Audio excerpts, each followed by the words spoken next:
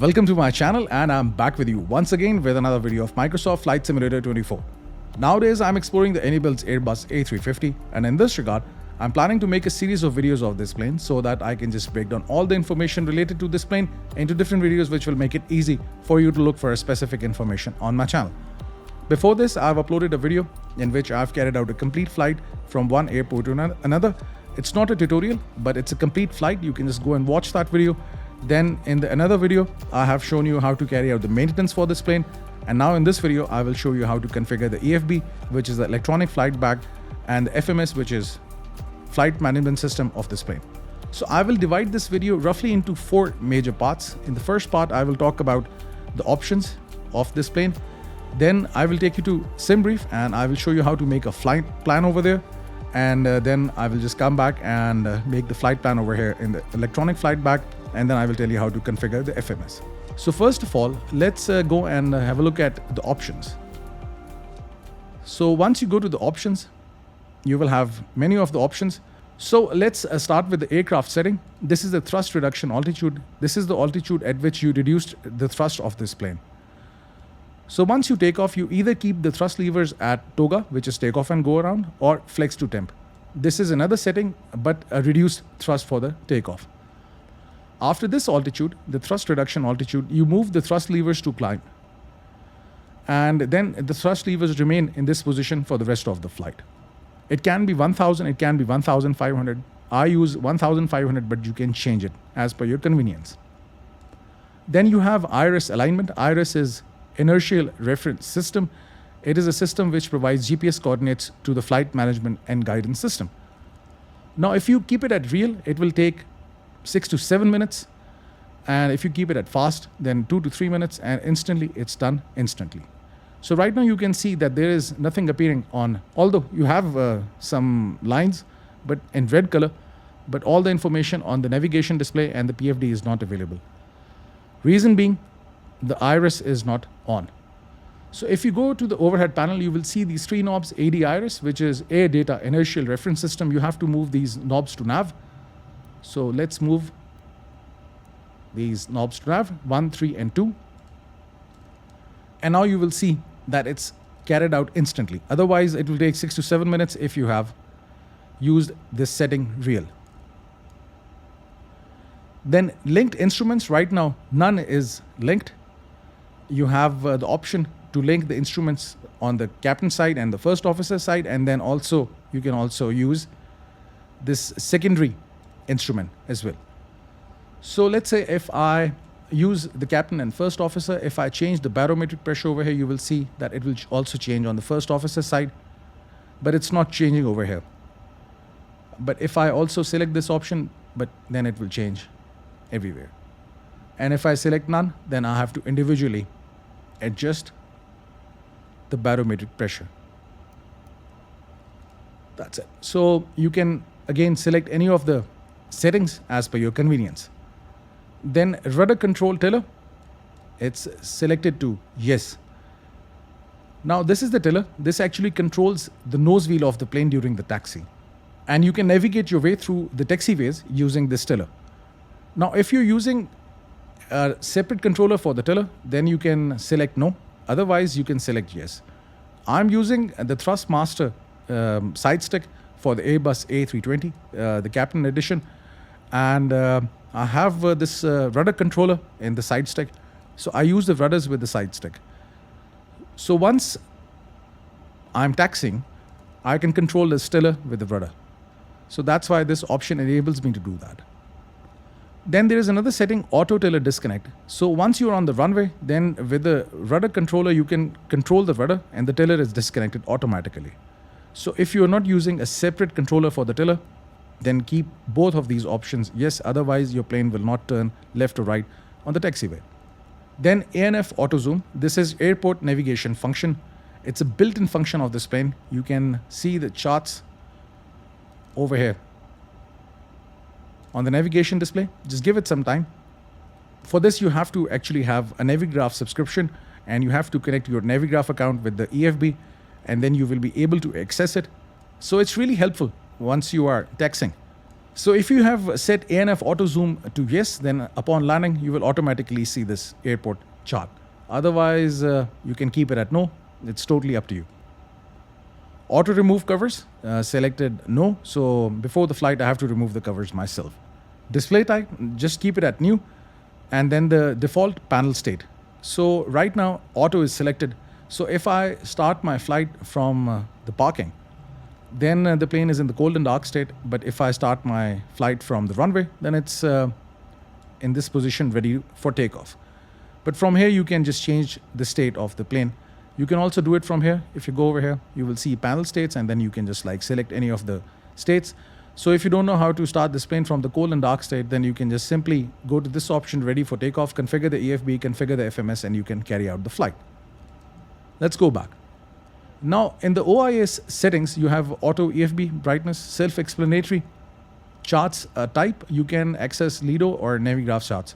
So I'm using Navigraph charts. If I go over here, I can search for the airport, and then I can access the charts. As I've told you before, my Navigraph account is connected to the EFB, and then you can see departure, arrival, and airport, and stuff like this. Then you have auto day and night charts. So I've selected yes. Aircraft weight units, you can change it to pounds or kgs. EFB boot time, I've kept it at instant. Then display refresh rate, I've kept it at 60 FPS, but if you are having some lag, then you can change it. Right now, this plane actually needs some heavy GPU and your VRAM. I'm using the RTX 4080, and for this, I have to use medium settings because then it has got some issues in the graphics. But I keep the display refresh rate at 60 FPS. Autosave, you can enable or disable it. You can always load this flight. Autosave notifications, I have disabled it because during the flight, then after every 10 seconds, I was getting this message autosave. So I have disabled it. Although you can change the duration, but still it's a bit annoying. So you can just disable it. If you want, then preferred seat side, captain or first officer, you can select it as per your convenience. Then equipment, you can see everything is managed by the livery. I have actually downloaded the liveries and I'm using them. So there's only one thing that you can change, which is more important. This is the heads-up display, HUD. If you turn it on, then you can see the heads-up display over here. You can bring down the heads-up display by clicking over here. And then you can click the heads-up display and the covers will be removed. You can change the brightness.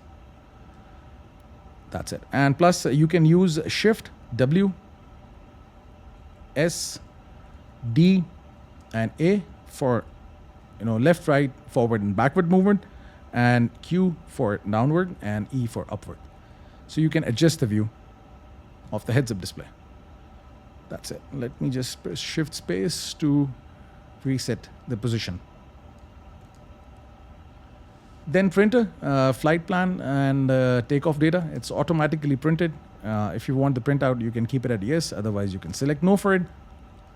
Now for external, everything is managed by the livery. So I'm just leaving it like this. Then GPS jamming. This actually picks up the GPS jamming scenario from the real world. As you can see, it's mentioned over here. So let's say if you're going for an ILS approach or an RNAV approach in a certain area, and at that time, if GPS jamming is on, then you won't be able to perform it. If you want to give yourself this challenge, then you can do this. Throttle calibration. I'm using the throttle calibration for the Airbus A320 series. I have the video on my channel. As I've told you before, I'm using the Thrustmaster TCA quadrant. So therefore, you can just go and watch that video and you can just configure the controllers as per that video, because I've configured it for A320 and it works very well with this plane. So I'm just skipping this part because it's a very long topic again. Then sound and cabin options. If you press this option, on noise cancelling headphones, then this sound would disappear. And if you don't want to hear the sound, otherwise you can just turn it off. Then engine takeoff whine is on, gear bump noise is on, cabin chimes, and audible thrust detent, it's on. Can you hear it if I change it? Yeah, you can hear the sound. So let's say if you're not using the thrust levers, and if you're using the thrust control, let's say on the side stick, as I have on the Airbus edition from Thrustmaster, then you want to hear this sound. So it's really good if you're not looking at the thrust levers and you're just looking forward. So then this sound makes a difference. Then for the callouts, at every altitude I have turned it on. Volume, maximum for everything. You can just change the volume. Over here you can connect the EFB with the Simbrief account, and plus you can connect it with the Navigraph account. So I've entered my Simbrief user ID, and plus Navigraph is connected. Now for the navigation data or the nav data for this plane, you can even use the built-in cycle, but I'm using the Navigraph, so I have the latest navigation data. And at any time I can just update this nav data. Now in the simulation you have autopilot disconnect protection. I've kept it at yes, but you can just turn it no. Now these all settings are related to compression of the flight simulator. To be honest with you, I have not used it. I used to use it in Microsoft Flight Simulator 2020, and at times the flights were messed up. So I've stopped using compression because, if I'm not wrong, in the PMDG planes, you get this compression. So I do the flight as per the regular time. But if you want to experiment it, you can do it. Otherwise, I will just try to experiment with it and try to upload a video if it works well with me. But otherwise, you can just explore it as per your convenience. Now, coming back to the main menu, let me just check one more thing. If I go over here on this panel, you will see this air conditioning button. Yeah, the air conditioning is working right now. But if it doesn't, then you can go to this option ground, and then you can also connect the air conditioning unit. And then you can just get the jetway and the luggage and the ramp truck and the catering. So if you go out, you will see that the ground services are being carried out, and the jetway will be connected. The ACU is also connected, and everything is good. I also have the GSX Pro, but I'm not using it for this video because obviously most of the people will not be using the GSX Pro. I will make a separate video for that. So you can just open and close all the doors from here, and the pushback feature is also available over here. So once you start the pushback, you can see if any door is open, and then you can close it, and then you can start the pushback. So this was about the settings. Now I will take you to Simbrief, and I will show you how to make a flight plan in the Simbrief. But if you know, you can skip that section and you can just come back and watch the section in which I will show you how to configure the EFB for the flight plan. So now here I am in Simbrief, and I will make a flight plan over here. Any builds planes require a Simbrief account. So that's why you should make a flight plan over here, and then you can import it in the EFB and the FMS. It makes it easier. Now you have to select the departure airport. You have to enter the ICAO code over here. If you don't know the ICAO code, then you see this magnifying glass. Just click it, and then you can search for the airport. Let's say I'm taking off from Riyadh, so I will just simply type in the city name, and I will get the ICAO code for this airport, which is OERK, King Khalid International Airport. And for the arrival, I will be landing at Hamad International Airport, which is OTHH. I know the ICAO code, that's why I can enter it. So aircraft type, let's select A350-1000. And the variant is enables. That's it. So now cost index is a number which determines the rate of fuel burn. The smaller the number, less fuel is burned, but the plane's range increases. And if you're using a larger number, then the plane goes at a higher speed and the range decreases. So I always keep it at auto. Let the Simbrief select it for me, and that's it. I know for this flight, Simbrief automatically selects a cost index of 200, but you can use 20 if you want to increase the range of the plane. This is the ARAC cycle. It's updated because I'm using the Navigraph subscription, but if you're not using, then you will not have the latest ARAC cycle.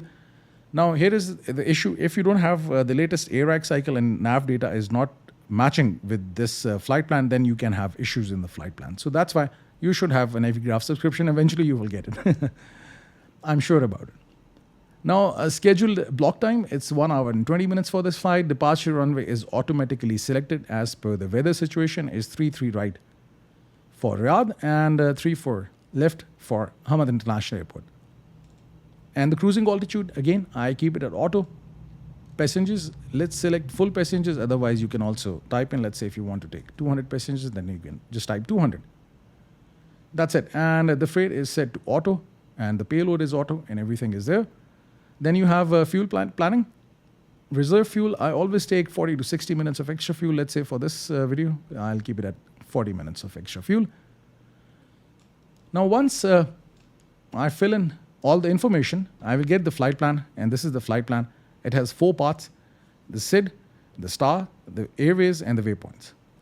So this is the SID, which is standard instrument departure. This is star, which is standard terminal arrival.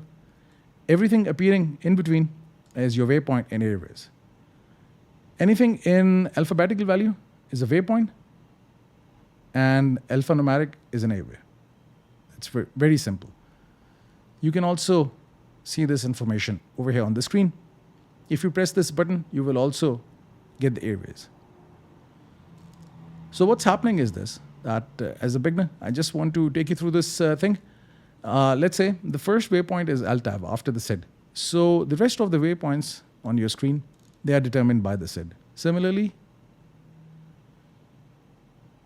for arrival, you can see that after, if I'm not wrong, the last waypoint is higher. So after this point, the rest of the, let me just get rid of the airways, and the rest of the waypoints are part of the star. Now, SID and star have the information about the waypoints for the approach, and plus they also have constraints related to altitude and speed, if there's any. So that's how you read this flight plan. Now let's get back to the plane and configure the EFB and the FMS. But before this, you have to generate the flight plan. Just click this button, generate flight plan, and it will be there. You have to generate the flight plan in order to import it in the EFB. Now in the EFB, you have 2 options to make a flight plan. The first one, you have to enter all the information over here and make a flight plan the way you did it in Simbrief. So you have an option whether to do it in Simbrief or over here. But if you have a flight plan in the Simbrief, then you can just go to this option and import the Simbrief flight plan, and now you can see all the information is there, from and to is there, the call sign is there, and that's it.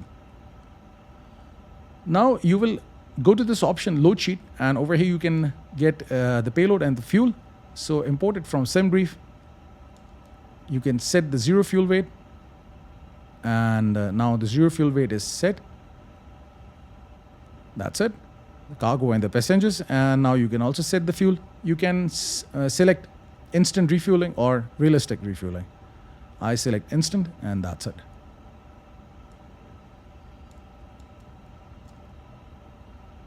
It's very easy to configure the EFB, and also it's very easy to configure the FMS if you know how to do it.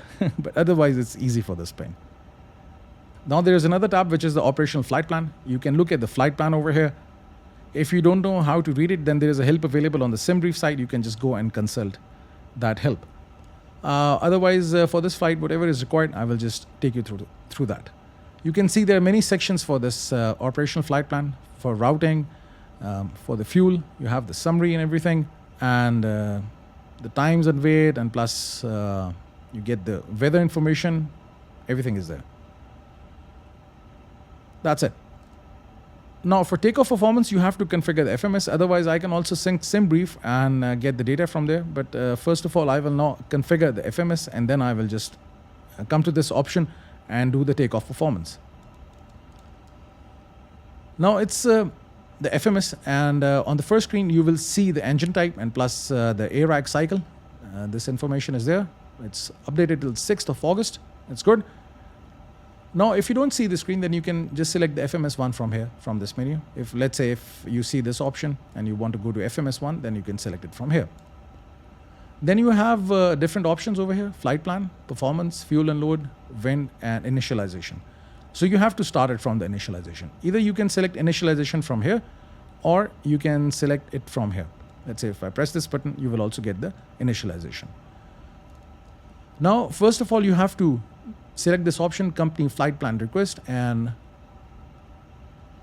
it will be received. Once you receive it, then you click it again and insert, and that's it. And all the information is there. You can see the cruising altitude is 29,000 feet, and the cost index is 200. Now, For the mode of this flight, you have two options. One is the long range and another one is the economy. If you're using cost index, then use this option, economy. And if you want to burn less fuel, then use LRC. That's it. Then there will be no concept of cost index. That's it. Now you have to go through the FMS in this sequence. First of all, you have to select the departure, the nav aids, fuel and load, and takeoff performance. So let's go to departure over here and select the runway for the departure. So if I go to this screen, operational flight plan, and if you click this option routing, you will see the complete route. So runway 33 right, LTAV 1D. This is the SID. That's it. And LTAV 1D. Yeah, that's it. And you can then press temporary flight plan and insert temporary flight plan. That's it. Now for the Hamad International Airport, just look at the runway. It's a 34 left, higher 1L. Runway 34 left, ILS 34 left. You can select this. I will show it to you what is this via. And higher 1L, if I'm not wrong. This is the star, which is the arrival. That's it. Now let me just give you a concept of this. I will explain a few things to you for the star and for the approach, because as a beginner you should know this thing. Now you have seen that I have selected MCAT as via, so I will just show it to you what is via and if there is any transition, what is that. Let me just open the Navigraph charts, and over here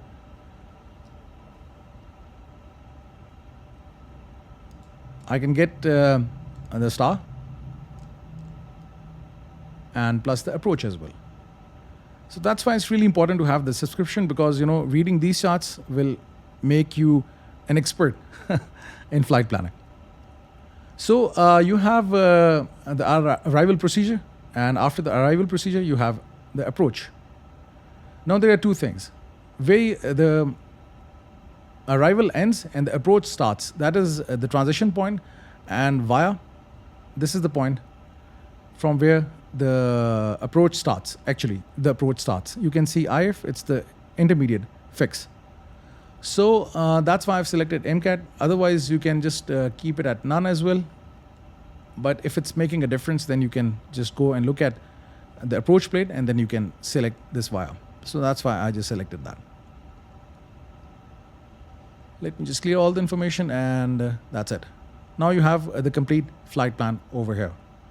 You can look at the flight plan over here on the navigation display. If I just move this knob to plan, and if I just zoom out, further, now you can see the complete flight plan is visible, and that's it. Now there is a discontinuity over here. This thing happens because this approach is flown using the vectors given by the ATC. So if I open the Navigraph charts again and look at the approach plate, you will see that it's mentioned over there, radar for vectors, by radar vectors. Yeah, it's there. So it means you have to wait for the ATC to give you the heading towards the approach. So that's why if you're flying any of the approach, then you will get a discontinuity. As a beginner, I used to get lots of discontinuities when I was making flight plans, and I always used to get confused what to do about it. So now I will also make a video and upload it on my channel, in which I will show you how to fly this kind of an approach. But right now for this video, you can simply delete it. So if you just scroll through the flight plan, you will see that there are 2 points, manual and then discontinuity. If you try to delete the discontinuity, you won't be able to do it because you have to delete manual first. So just delete it first, and then you can delete the discontinuity, and that's it. Now you can see this line is joined. So that's how you remove the discontinuity in the flight plan, if there is any.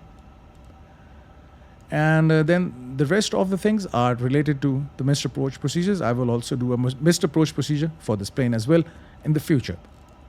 So that's it. Let's go back to the initialization page, and over here now you have to set the fuel and load. It's really simple to do this. Simply click over here and press enter, your cursor will jump to the next point, which is 0 fuel weight center of gravity. That's it. And block fuel, press enter, and passengers number 367. This is what you have to enter, and press enter, and that's it. Now return and take off performance. This is again a very simple procedure. If you go over here to take off performance, first of all, sync FMS. So it will read all the data from the flight management system, sync the weather, and that's it. So you can see the wind is there, outside temperature, the barometric pressure for this flight. Let's say if I press comma on my keyboard, it will be set everywhere. So this is an automatic feature in the Microsoft Flight Simulator. Runway condition is dry and anti-ice is off. Obviously, I'm not flying in the icing conditions. Takeoff weight in tons. This is the gross weight. And this is the setting for the flaps, 1 plus F. You can also change it to 2 and 3. So let's keep it at 1 plus F. And this will be the position. Otherwise, for this takeoff performance, there is an option optimum. So then the takeoff performance calculator automatically selects the flap settings. Right now, it's not there. So that's why you can just keep it at 1 plus F, because during the takeoff, flaps should be less. And let's say if you're taking off at flaps 3 position, then obviously there will be lots of drag. You will get the lift, but drag will be there.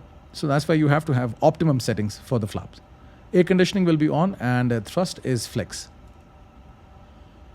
Now I will show it to you what is flex. Now you can see that there is this temperature appearing over here, 63 degrees. This is actually a false temperature calculated by the takeoff performance calculator. It tells the flight management guidance system that it's too hot outside. So that's why you have to, keep less pressure on the engines during the takeoff. So that's why you take off with a reduced thrust. That's why it's there. You have 3 speeds. V1, this is the speed before which you can abort the takeoff, but after this speed you have to take off, because if you apply the brakes, then you will run short of the runway. VR is the speed at which you should take off, 148 knots, and then V2 is the speed at which you should be if one engine of the plane fails. So this is the speed you try to attain as soon as you take off. And the thrust reduction altitude is there, which is runway elevation plus 1,500. That's it. And that's it. Now you can send it to FMS, and now you can see that this option is appearing, and that's it. So you have the V1, VR, and V2. Flex is selected. The flex temp is given. Now takeoff shift is used if you are using any intersection of the runway. So if you're not going to use the full length of the runway, then you enter this number. But as now for this video, I will be using the complete runway. So that's why I will just keep it like this. Thrust reduction altitude is there, and that's it. Transition altitude, it is the altitude at which you change the barometric pressure from the given one to the standard. So it's there. If you look at the SID, which is standard instrument departure, so if you look at this chart, the transition altitude is mentioned. So above this altitude, I will change it to standard like this. That's it. And it's 13,000 feet, so it's accurate. And that's it. Now you can just go back, and the FMS configuration is complete. There's just one additional thing I want to tell you. You have this option of secondary index, secondary flight plan is there. You can import this flight plan, the active one, and now you can look at this flight plan. You can change this flight plan. Let's say if you want to make any changes, let's say for engine out procedure or anything else, if the runway changes for the landing, then you can just change this flight plan. And once you change it, then you can always swap this with the active one. So I will make a separate video to cover this option as well. Now there is just one last thing I want to show you. If you go over here in this option, surveillance or serve, you can also click this button. You will see that you can turn on the transponder and plus the weather radar. So right now it's not required, but I'm just showing it to you because once you start the pushback, then you turn on the transponder, and weather radar, you don't even turn it once you are on the parking ramp. So, but just to show you, you can just turn it on from here. Now the TCAS, which is traffic collision and avoidance system, it's set to TARA, which is traffic advisory and resolution advisory. It's on. That's it. And the weather radar is also on. That's it. So I can just turn it off right now. Just wanted to show you. So that's how you configure the electronic flight bag and the FMS of this plane. If you still have got any questions, you can ask me in the comment section, or if you want to add anything to this video, the comment section is there for you. Thank you very much for staying with me. Have a nice day. Hope to see you soon.